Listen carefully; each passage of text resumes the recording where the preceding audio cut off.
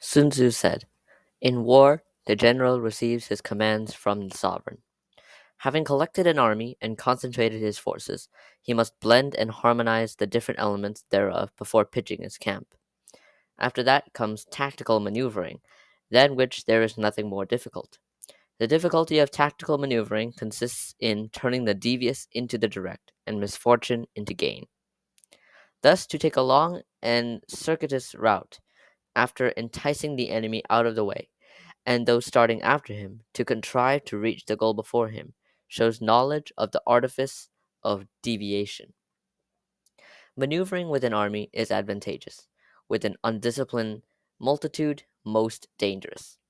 If you set a fully equipped army in march in order to snatch an advantage, the chances are that you will be too late. On the other hand, to detach a flying column for the purpose involves the sacrifice of its baggage and stores. Thus, if you order your men to roll up their buff coats and make forced marches without halting day or night, covering double the usual distance at a stretch, doing 100 li in order to wrest an advantage, the leaders of all your three divisions will fall into the hands of the enemy. The stronger men will be in front, the jaded ones will fall behind, and on this plan only 1/10 of your army will reach its destination.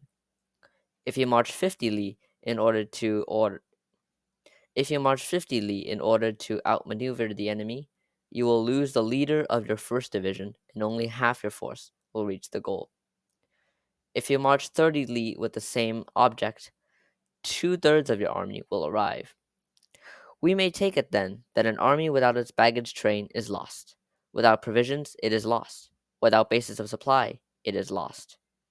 We cannot enter into alliances until we are acquainted with the designs of our neighbors. We are not fit to lead an army on the march unless we are familiar with the face of the country, its mountains and forests, its pitfalls and precipices, its marshes and swamps. We shall be unable to turn natural advantage to account unless we make use of local guides. In war, practice dissimulation, and you will succeed. Whether to concentrate or to divide your troops must be decided by circumstances. Let your rapidity be that of the wind, your compactness that of the forest. In raiding and plundering, be like fire, in immovability, like a mountain. Let your plans be dark and impenetrable as night, and when you move, fall like a thunderbolt. When you plunder a countryside, let the spoil be divided amongst your men. When you capture new territory, cut it up into allotments for the benefit of the soldiery. Ponder and deliberate before you make a move. He will conquer who has learnt the artifice of deviation. Such is the art of maneuvering. The Book of Army Management says, "On the field of battle, the spoken word does not carry far enough, hence the institution of gongs and drums. Nor can ordinary objects be seen clearly enough, hence the institution of banners and flags. Gongs and drums, banners and flags are means whereby the ears and eyes of the host may be focused on one particular point. The host, thus forming a single united body, is it impossible either for the brave to advance alone or for the cowardly to retreat alone.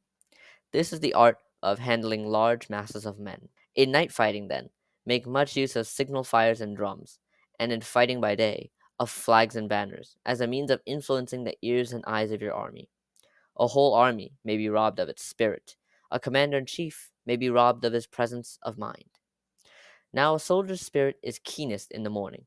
By noonday, it has begun to flag, and in the evening, his mind is bent only on returning to camp. A clever general, therefore, avoids an army when its spirit is keen, but attacks it when it is sluggish and inclined to return. This is the art of studying moods. Disciplined and calm, to await the appearance of disorder and hubbub amongst the enemy. This is the art of retaining self possession.